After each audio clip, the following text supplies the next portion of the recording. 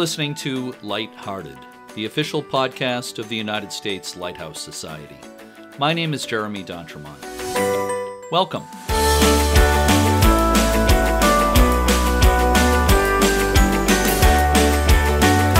My co-host today is Cindy Johnson, Operations Manager of Friends of Portsmouth Harbor Lighthouses, a chapter of the American Lighthouse Foundation.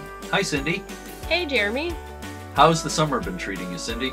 Oh, I'm hanging in there, thanks. Just doing my best to figure out everything we're going through right now. Well, this is definitely a different kind of summer.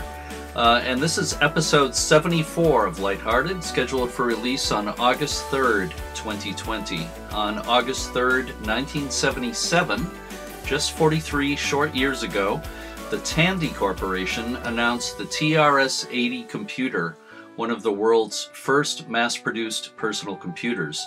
It was boasted that the TRS-80 could, quote, do a payroll for up to 15 people in a small business, teach children mathematics, store your favorite recipes, or keep track of an investment portfolio.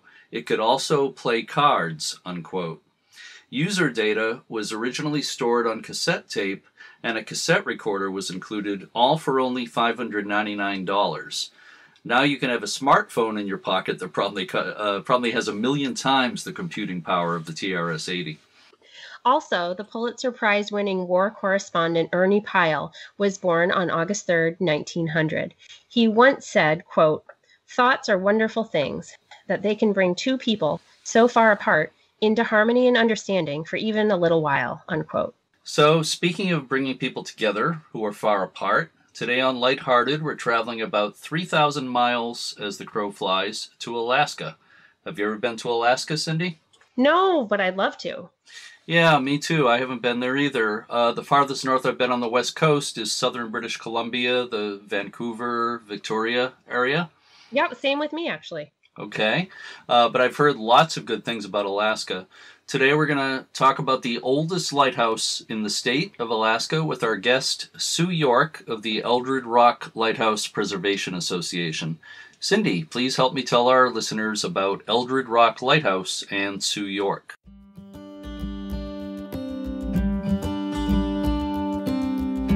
Will do.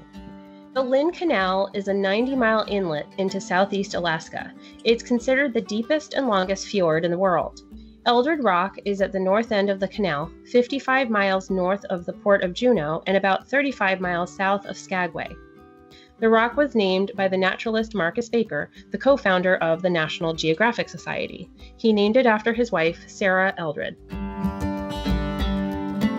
Eldred Rock Lighthouse was first lighted on June 1st, 1906 as one of 4 lighthouses in the Lynn Canal. It's the only remaining example of the wood frame lighthouses that were built in the state between 1902 and 1906. While many of the other lighthouses in Alaska were rebuilt as concrete towers in the 1930s, Eldred Rock was the only station not rebuilt because of its solid concrete base. The octagonal building combined living quarters, fog signal apparatus, and light tower all in one structure. The fog signal apparatus was located on the first story, and the keeper's quarters was on the second floor. The light exhibited by a 4th order Fresnel lens, 91 feet above mean high water, was seen about 15 nautical miles. The station experienced a terrible tragedy on February 26, 1910. Early that morning, 2 assistant keepers left Eldred Rock in a small boat, headed for the Point Sherman Lighthouse. When they hadn't returned 3 days later, the principal keeper launched another boat and put out word that the men were missing. He learned that they had left Point Sherman as snow began to fall on February 27th. The 2 men were never found, and what happened remained a mystery. It was said that the principal keeper, who resigned in the following year, for the rest of his life would go to the window in his sleep and call the assistant keepers names. The light was converted to a 250mm optic, and the station was automated and destaffed in 1973. A few years later, the Fresnel lens went to the Sheldon Museum and Cultural Center in Haines, Alaska. In 2016, the optic was changed to a rotating VRB-25. More recently, it's been changed to a VLB-44 LED optic. The Eldred Rock Lighthouse Preservation Association of Haines, Alaska, was organized to restore, maintain, and preserve the light station. The organization entered into a lease agreement with the U.S. Coast Guard on April 1st, 2020. The association was also awarded a grant from the Alaska Association for Historic Properties, which was used to complete an historic structures report that will be used to help with the planning of restoration projects. The eventual plan is for a visitor center and maritime museum to be established. After graduating from the U.S. Coast Guard Academy in 1995, Sue York served as operations officer aboard the Coast Guard buoy tender Papa, followed by a tour as operations officer at Vessel Traffic Service Houston Galveston. Sue then enjoyed 14 years as an educator after moving to Juneau, Alaska with her husband Matt and 3 daughters in 2003. Apart from 3 years in Valdez, Alaska, serving as Coast Guard Ombudsman, Sue has made Juneau her home. In 2016, combining her love for outdoor athletics and her interest in Southeast Alaska history, Sue became a pedicab tour guide, providing service to cruise ship visitors along the docks and streets of historic downtown Juneau. I had the chance to speak with Sue York in June. Let's listen to that conversation now. I am speaking with Sue York of the Eldred Rock Lighthouse Preservation Association. Thank you so much for being with me today, Sue. I really appreciate it. It's my pleasure. So, Sue, you've been involved with the maritime field in various ways in your life, with the Coast Guard as a tour guide, among other things. So what brought you to the Eldred Rock Lighthouse Preservation Association? Well, I started out, actually, I was a Navy brat, and so when I went Coast Guard, I got into the ATON field, coming out of the Coast Guard Academy. I was on a buoy tender. And so I went to the National Aids to Navigation School in Yorktown, Virginia, and was impressed by the museum there. They have about a dozen beautiful Fresnel lenses on display there. Just started to be interested in lighthouses. And then when the Coast Guard brought me and my husband to Alaska, I was out of the Coast Guard by then, but he was still active duty. We would pass by Eldred Rock Lighthouse on the ferry system, leaving Juneau and going up to Haines or Skagway or into Canada. And this is the experience of many folks in Southeast Alaska. You pass it all the time. So it's very iconic. And so I knew of it, of course. And then when my husband retired, I started working for the Marine Exchange of Alaska, based in Juneau. And the Marine Exchange, of course, covers all the maritime tracking of vessels throughout the state. And the executive director, his name is Captain Ed Page. He was looking to help the Eldred Rock Lighthouse Association, just help them get off their feet. They were struggling, working with the Coast Guard, trying to get some kind of lease agreement, and we'll get into that later of why those attempts fell through. And so he approached me and he said, "Hey, Sue, you like lighthouses, right?" And I said, who doesn't like lighthouses? Of course. And he said, "Well, what do you think about helping out with the Eldred Rock Lighthouse Association?" And I said, "Sure, absolutely. I'd love to." And so we kind of reached an agreement about how much time I could put towards it. And I went up to Haines and met the group there. It's based out of Haines, small town, very passionate folks, but no one really that was affiliated with the Coast Guard. So with my Coast Guard background, I said, I think I can help you out. And with the Coast Guard Civil Engineering Unit being based out of Juneau, where I was from. And so just the district was there. And I just knew people in the Coast Guard there. I agreed to help them out. So I was really happy to get involved. That was about 2 years ago. It's been a lot of fun. So before we talk more about the lighthouse itself and about the association, I thought maybe we talk a little bit about some of the things that happened before the lighthouse was built. And there was a very famous shipwreck that happened a few years before the lighthouse was built.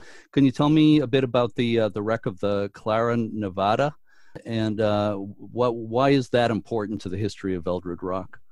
Well, during this time, the historical significance of this area, of course, was the gold rush, the Klondike gold rush.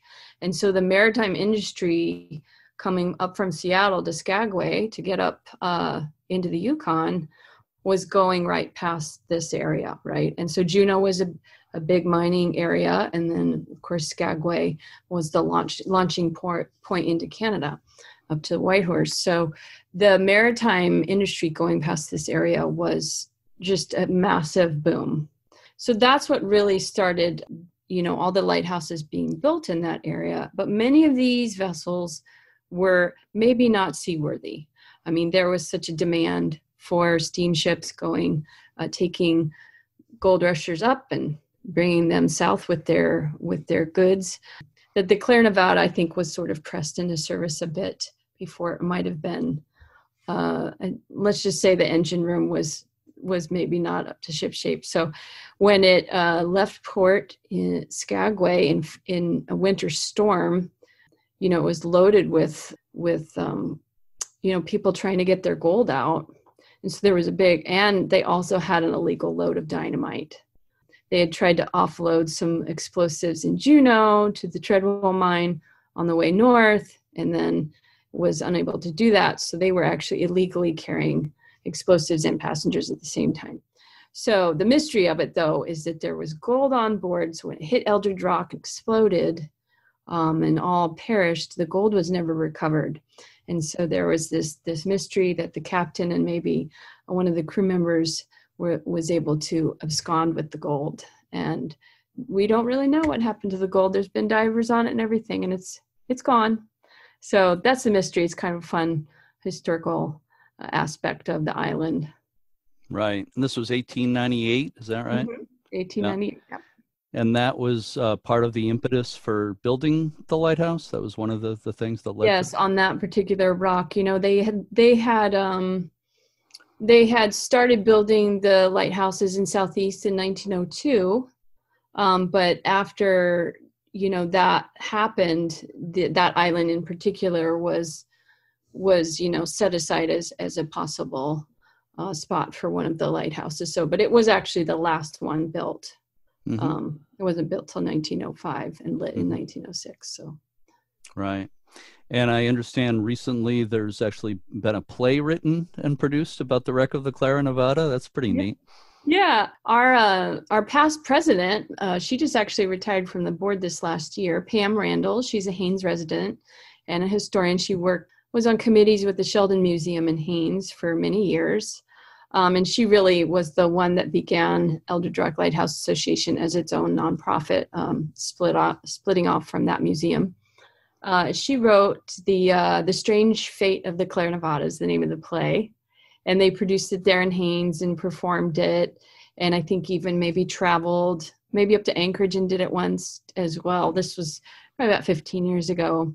And just as a fundraiser and just awareness.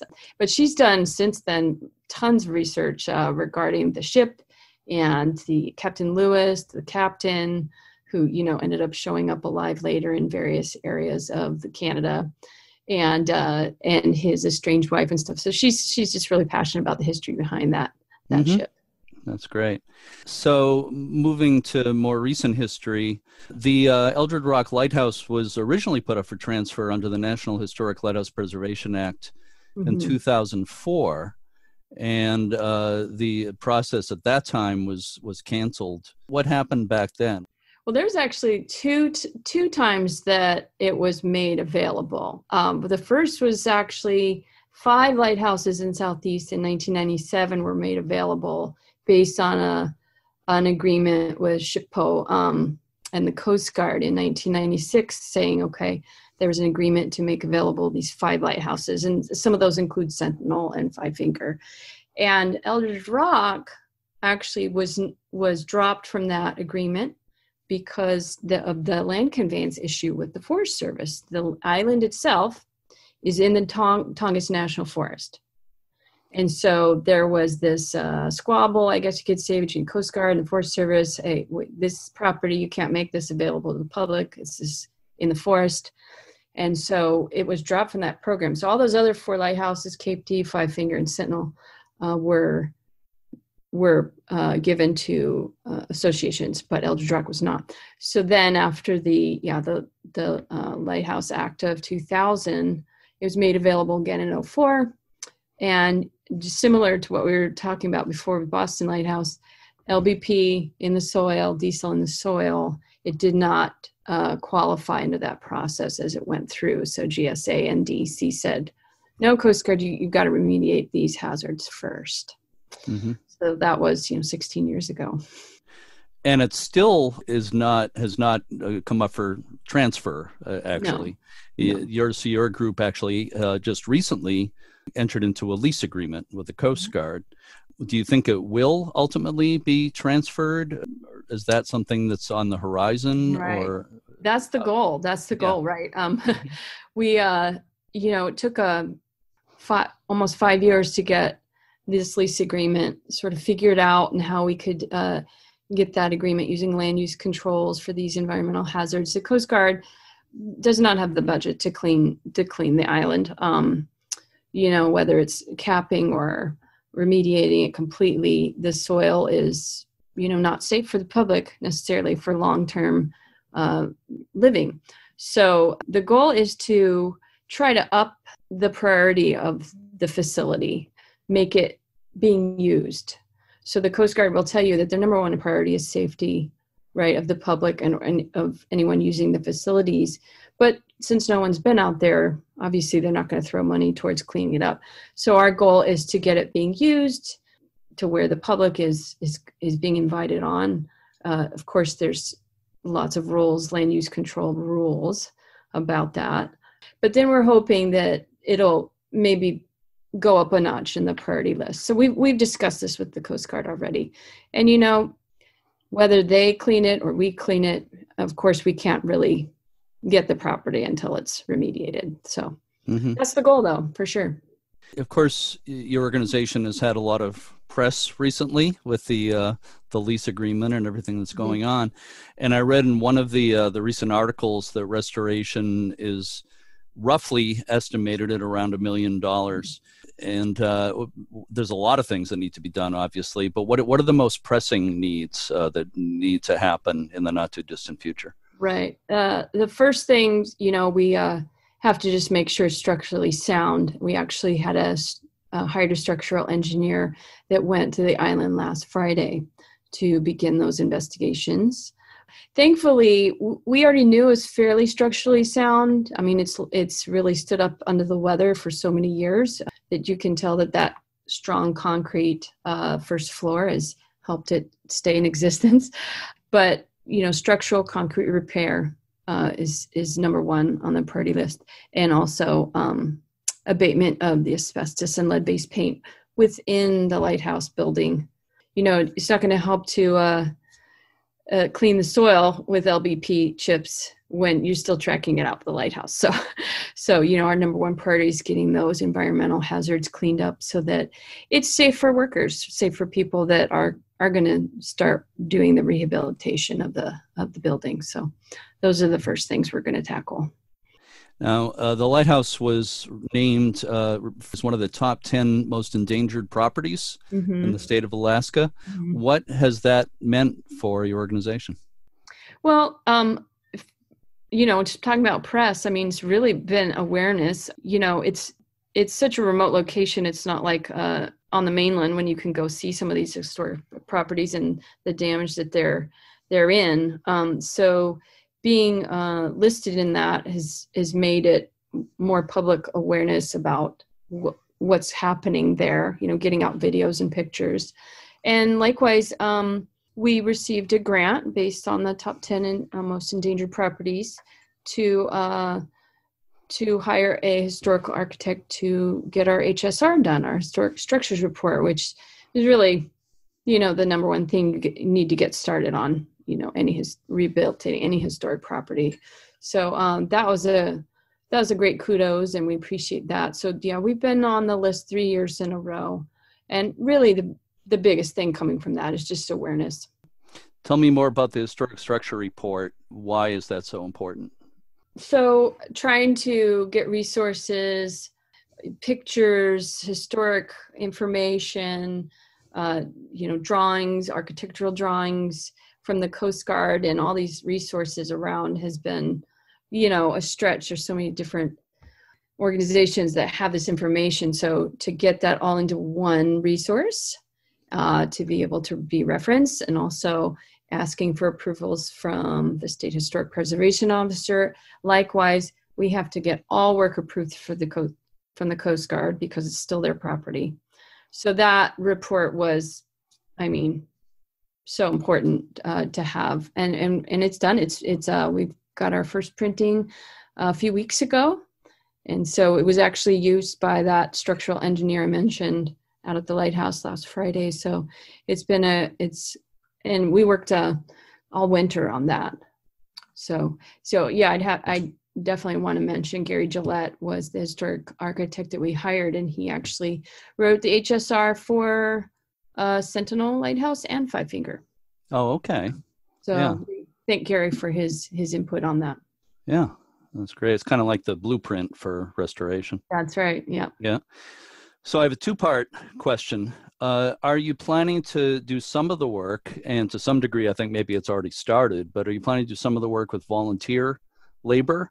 And part two will, obviously, I think I know the answer to this, but will some of it be done by contractors?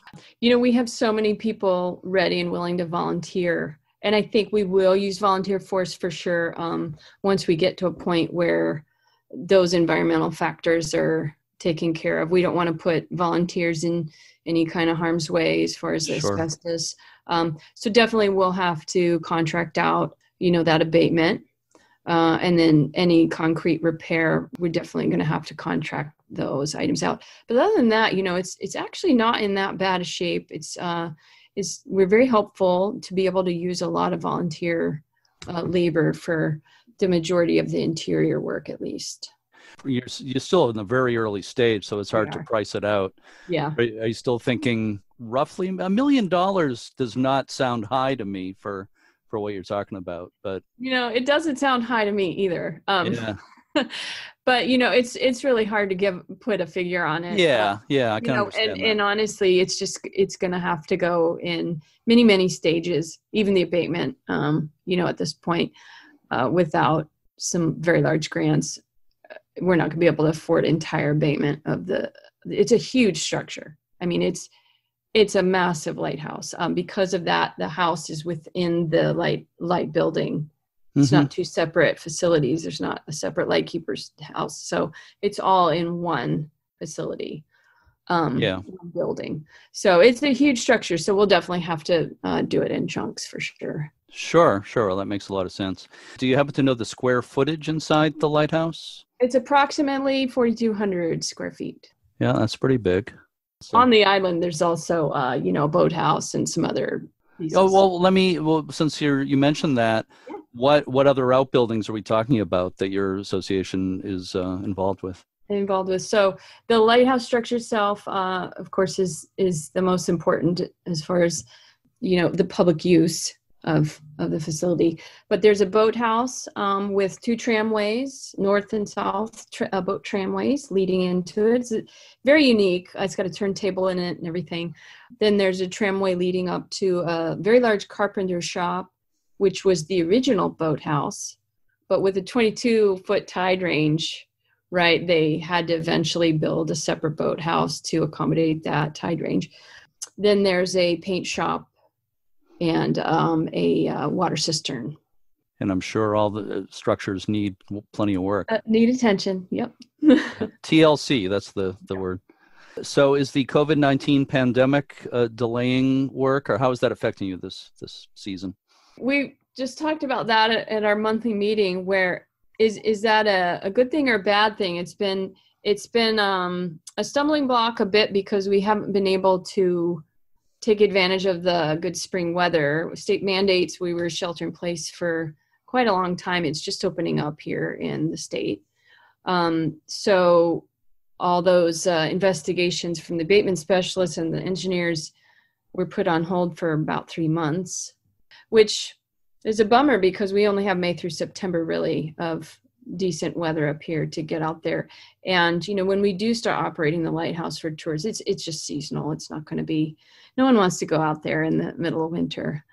So that's kind of held us back a little bit. But on the other hand, with the tourism industry essentially being shut down, there's no cruise ships coming up to Alaska.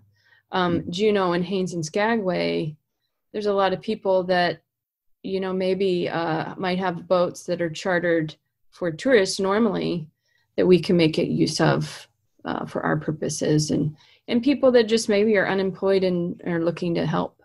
So, I mean, there's goods and bads to the whole process.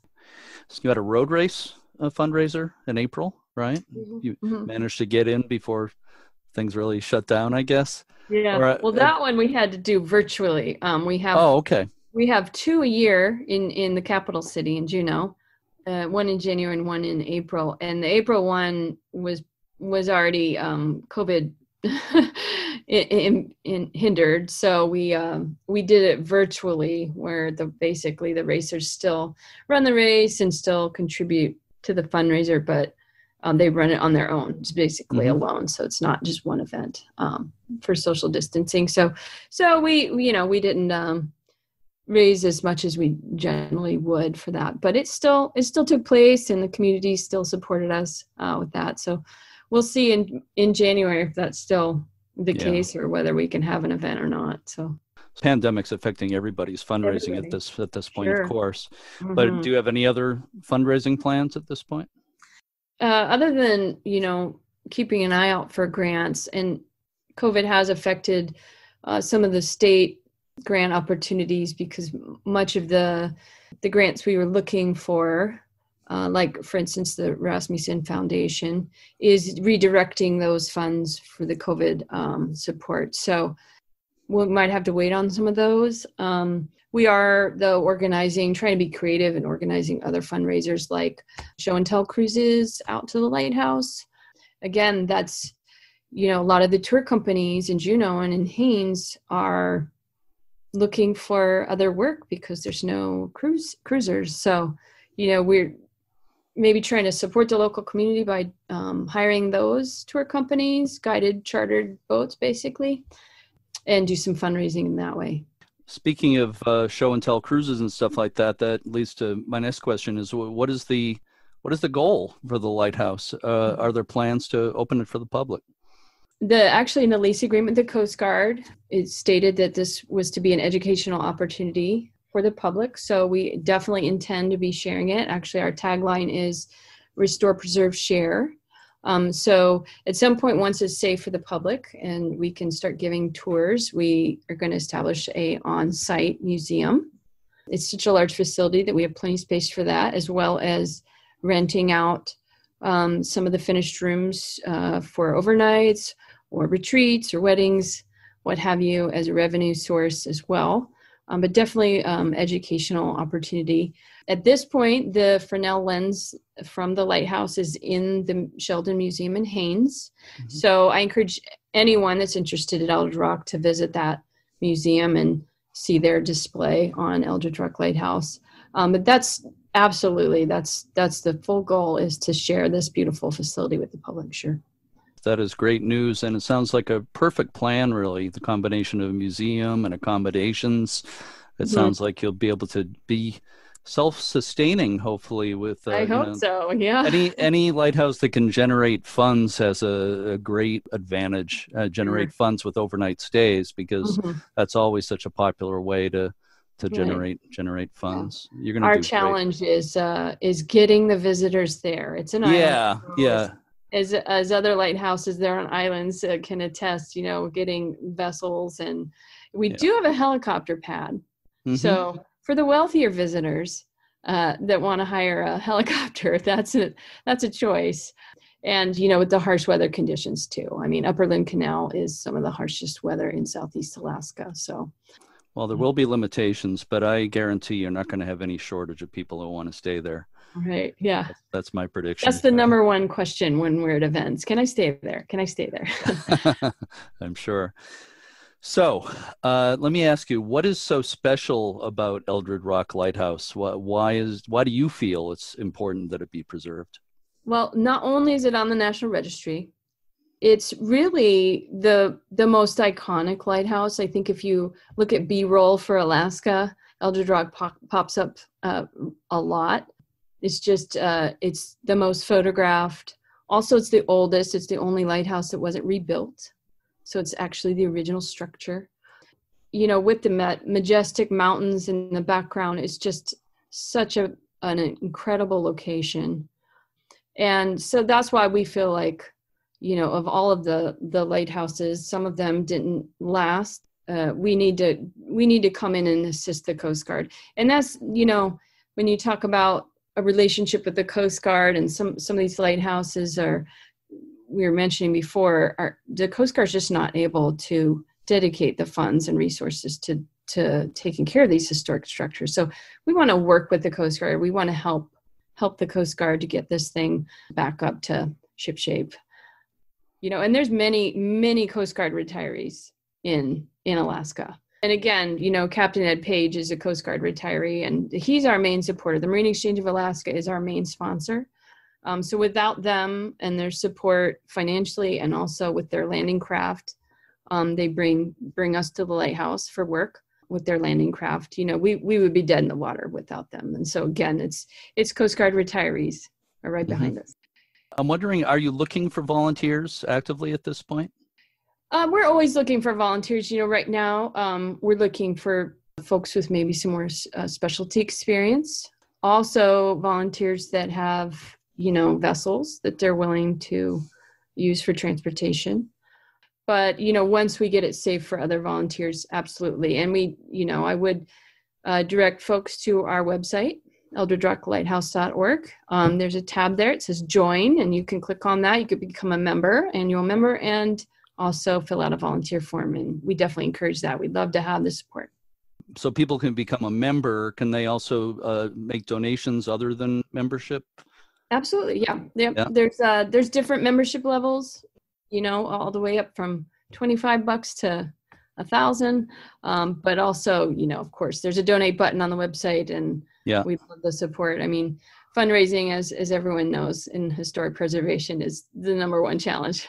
Oh, yeah. And every dollar helps. I know that too. Absolutely. So are you also active on social media? Is there Facebook? Facebook page, Eldred Rock Lighthouse. Go on our Facebook page. We're also on Instagram now because there's so many hashtag Eldred Rock Lighthouse pictures out there. Yeah. Like I said, it's the most photographed lighthouse in the state. So Facebook and Instagram, as well as our website. And members, we do have a newsletter for them as well. Yeah, well, certainly a tremendously photogenic location. There's no doubt about that. So I've got to look at your Instagram account. So Sue York, I thank you so much for spending this time with me today. And I'll have to have you back sometime because I'll be following your progress, obviously. And maybe I'll see you on more Zoom events. We met in a U.S. Lighthouse Society Zoom event just, about a week ago. Yeah, that was a great tour, yeah. Yeah, it was a lot of fun. It was a retrospective of a U.S. Lighthouse Society Alaska tour. So I'll probably see you at more of those events. But I'll be following your progress. Congratulations on what's been accomplished so far. It's really, really exciting. Yeah. It's a wonderful lighthouse. I hope I can see it in person sometime. I have to say I have not visited Alaska yet, but I haven't given up on that idea. So, yeah, don't give up. Don't give up. No, not at all. So I really hope to visit your lighthouse in person. So again, thank you so much for spending this time with me. I really appreciate it. Thank you, Sue York. Thank you.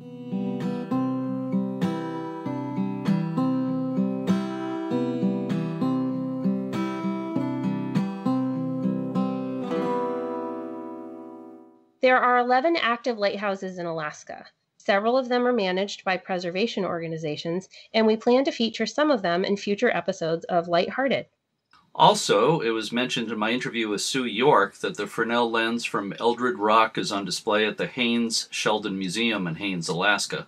You can learn more about that museum, and you can see a photo of the Fresnel lens at sheldonmuseum.org.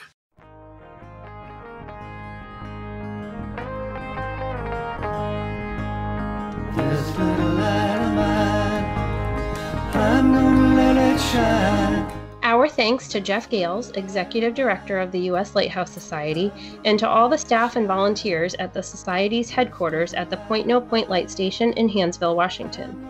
Go to uslhs.org to learn all about all the things the Society has to offer, including domestic and international tours, preservation grants, the Lighthouse Passport Program, the J. Candace Clifford Lighthouse Research Catalog, the quarterly journal The Keeper's Log, the Lighthouse Enthusiast Community, and much more. I'm gonna let it shine everywhere I go. If you enjoyed this podcast, please consider becoming a member of the U.S. Lighthouse Society or making a donation to help support it. Also, if you listen using the Apple Podcasts app, please rate and review us. Getting more ratings and reviews helps us get more attention. And please share information about the podcast with your friends on social media. I'm gonna let it shine. Thank you to everyone everywhere who works to preserve lighthouses or any kind of history.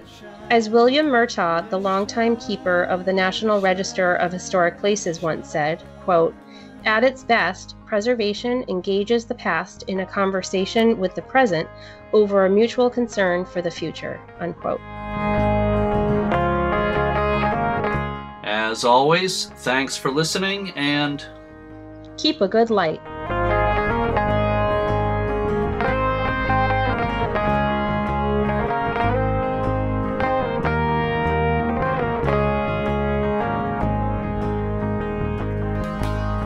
Out in the dark, I'm gonna let it shine. Out in the dark, I'm gonna let it shine. Out in the dark, I'm gonna let it shine. Let it shine, let it shine, let it shine. This little light of mine, I'm gonna let it shine.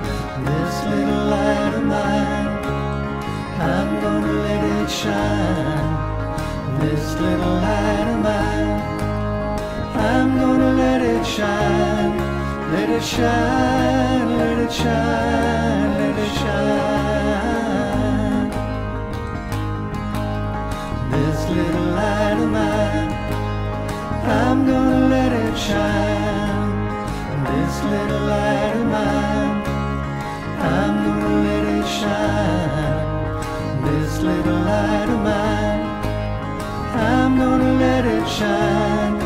Let it shine, let it shine.